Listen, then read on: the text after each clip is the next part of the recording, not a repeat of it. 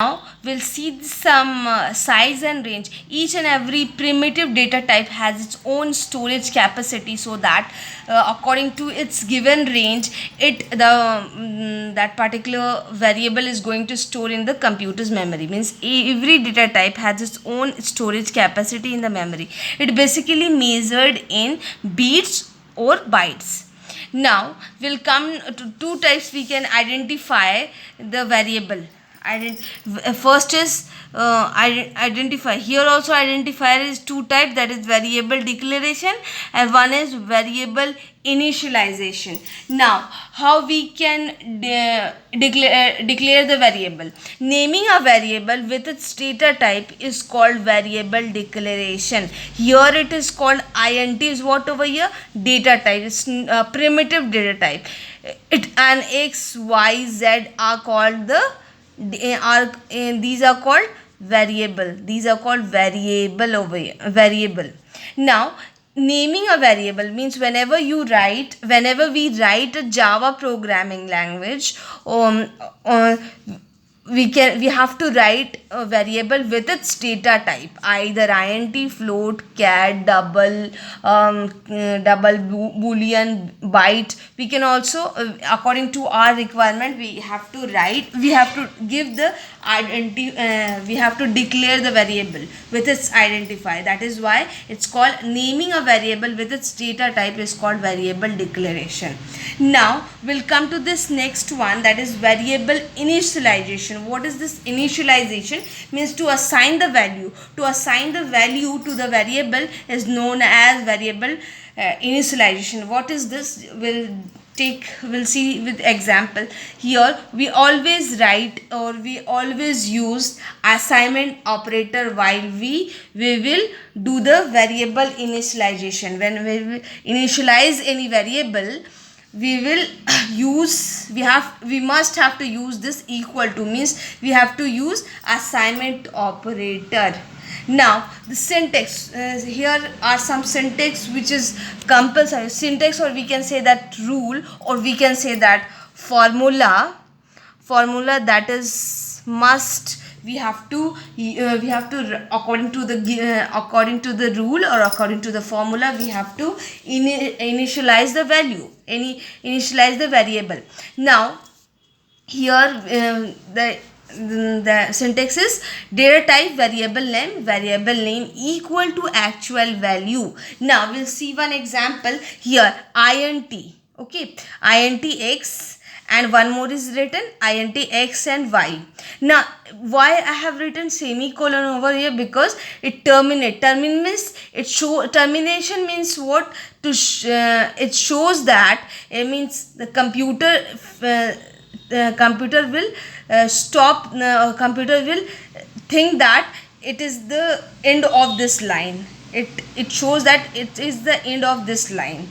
As now we'll see something, one more example. X, here it is written x equal to 5 and y equals to 10. Now see one more example. Now data type, here it is data type and variable name, and this is variable name and actual value, means this is called the variable initialization. To initialize the value to this is 2 is what over here? To initialize the value to this variable. So first we have to write the variable with its data type. This is called variable declaration. This is called int a, and this is called variable declaration, and this is called variable initialization. So we have to write like this.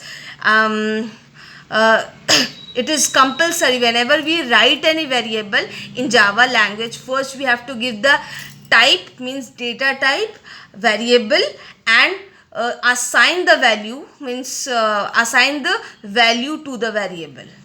Now we'll see one more example, same like over here. One more thing, int a comma b.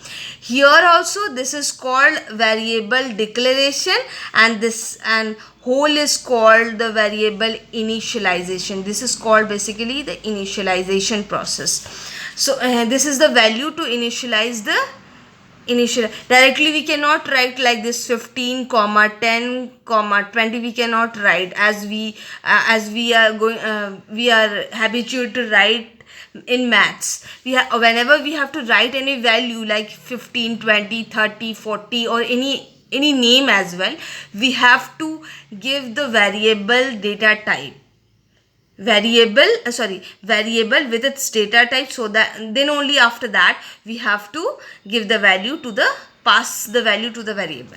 Now we'll come see the character. Ch is what over here? Char is what over here? A data type, and ch is a variable. You can also take anything